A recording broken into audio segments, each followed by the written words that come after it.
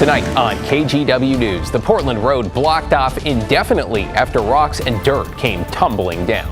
Plus, here we have the remains of a human person, and they seem to not care at all. KGW investigates why her ashes have been stuck in the mail. Then, the federal budget cuts hitting local arts and education hard.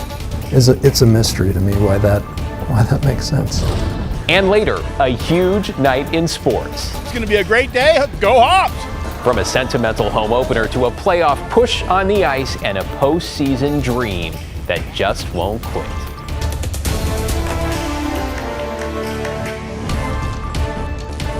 Thanks for joining us. I'm David Molko. We begin this Friday with a KGW investigation into a local family left in limbo, waiting to lay a relative to rest. After she died on vacation in the Caribbean, they arranged to have her cremated remains mailed and tracked, though nearly 2 weeks on. They appear to be stuck in transit. Here's investigative reporter Kyle Aboshi. Happy birthday to you. It was supposed to be a special vacation. Lisa Saracen celebrated her 61st birthday on a Caribbean cruise with friends and coworkers. But on March 6th, the Portland woman suffered a fatal heart issue while snorkeling in St. Thomas, U.S. Virgin Islands. It was devastating. Her family back in Oregon worked with a funeral home in the Virgin Islands to have Saracen's body cremated and shipped home. On March 22nd, Saracen's ashes were sent by USPS Priority Mail Express 2-day service. Scheduled delivery by Monday, March 24th, 2025 by 6 p.m. Nearly 2 weeks later, Saracen's cremated remains still haven't arrived. They're stuck in the mail. We just want our family member back so we can move on through the grieving process. According to the U.S. Postal Service, the cremated remains departed the Virgin Islands on March 22nd, arriving in Puerto Rico 1 day later. The ashes were sent to Miami on March 26th, then bounced around mail facilities in South Florida for 4 days. On March 31st, Saracen's cremains arrived in Aurora, Colorado, where they sat for another 4 days.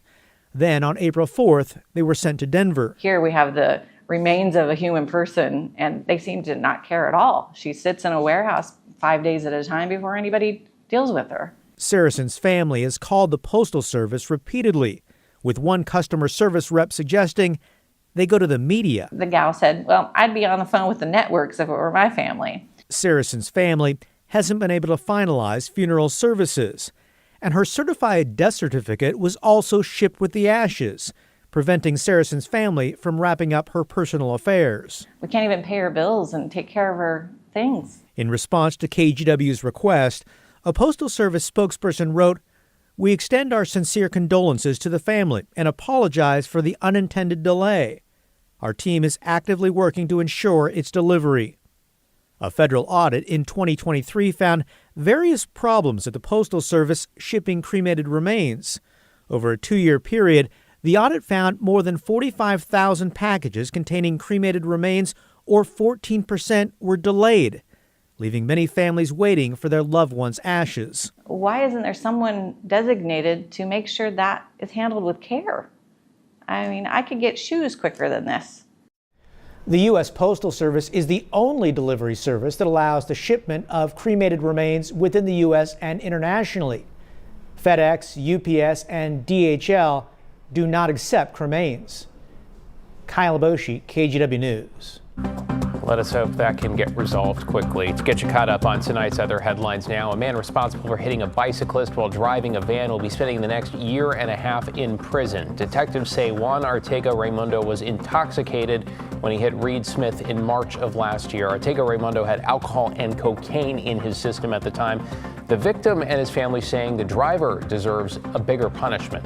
We had lots of plans to go visit grandkids, go visit our children, travel, play with our other friends who have retired, and that's all been taken from us. I'm dealing with constant pain, and for the last year he's been doing whatever he wants to do. The Smith family says Reed spent weeks in the hospital following the accident. Since then, they say he's had 3 strokes and may still have to have his arm amputated.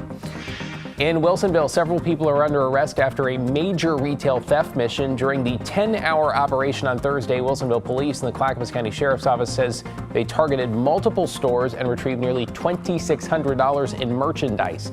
19 people were arrested. One of those arrests led law enforcement to a potential online fencing operation.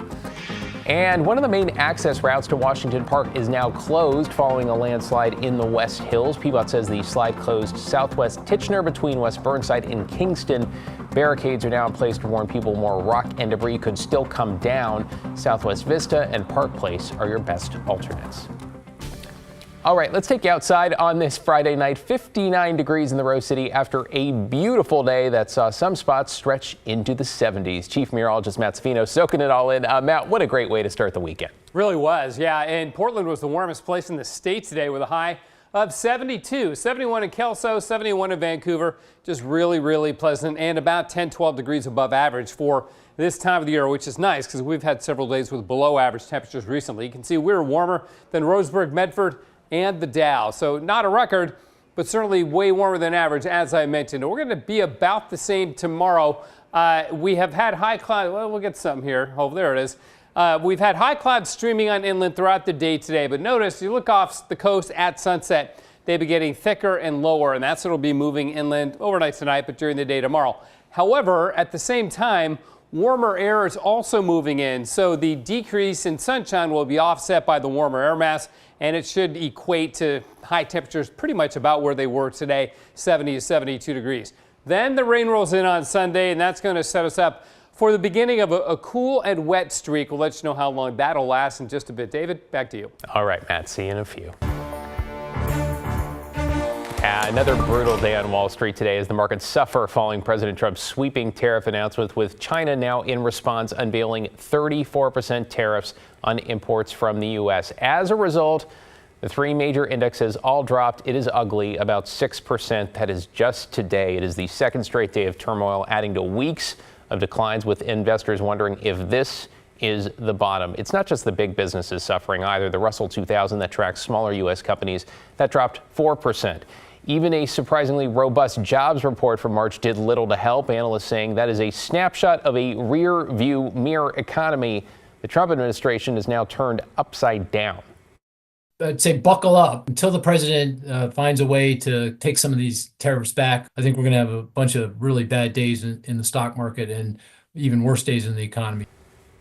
Despite mounting concerns, including from Republican senators like Ted Cruz, the president is remaining defiant about his plans. It's going to be a booming country, a very booming country. It's going to be amazing, actually. We're taking it to a whole new level because it's a worldwide situation. By the way, JP Morgan analysts published a research note late last night titled, quote, "There will be blood," and raised the odds of a global recession. You see it there to 60% due to White House policies. New tonight, more federal funding cuts mean some Oregon museums, libraries, and cultural centers are seeing their budgets dwindle. That's after the National Endowment for the Humanities pulled the plug on millions in grants. Alma McCarty's here with what's at stake and why it matters. Alma? Well, David, the Oregon Humanities is an independent nonprofit, one of 56 created by and partially funded by the National Endowment for the Humanities. For more than half a century, they've received funding without interruption. An email sent to the executive director midweek abruptly ended that. Wednesday night at 10 o'clock, I opened an email, a short, brusque email that said, as of today, your funding is done. Rescinded. In 2 sentences and an email attachment, the acting chairman of the National Endowment for the Humanities let Oregon Humanities know its federal funding was pulled. It is especially the federal funding that we distribute to rural frontier communities in the form of public program grants and grants to small libraries, and that's one of the ways we partner all around the state. Over the years, NEH has given grants to the High Desert Museum, to the Oregon Coast Aquarium, to arts councils, libraries, and cultural centers.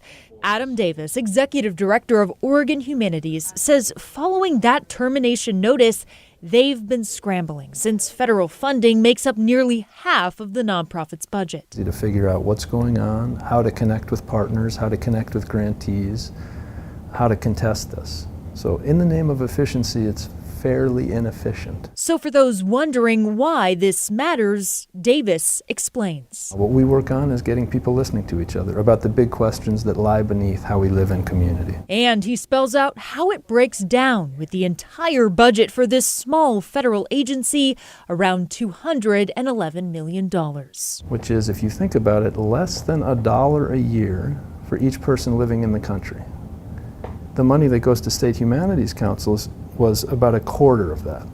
So if you think, is it worth about a quarter, 25 cents, less than a pack of gum, to support these organizations that are getting people connecting and building trust both in each other and in the possibility of democracy? While Davis says he expects Oregon Humanities will survive this since they get other funding from the state, from donors and foundations, councils in other states might not be as lucky with federal funding making up a majority of their budgets. David? Yeah, looking grim for some organizations out there. Thank you, Alma.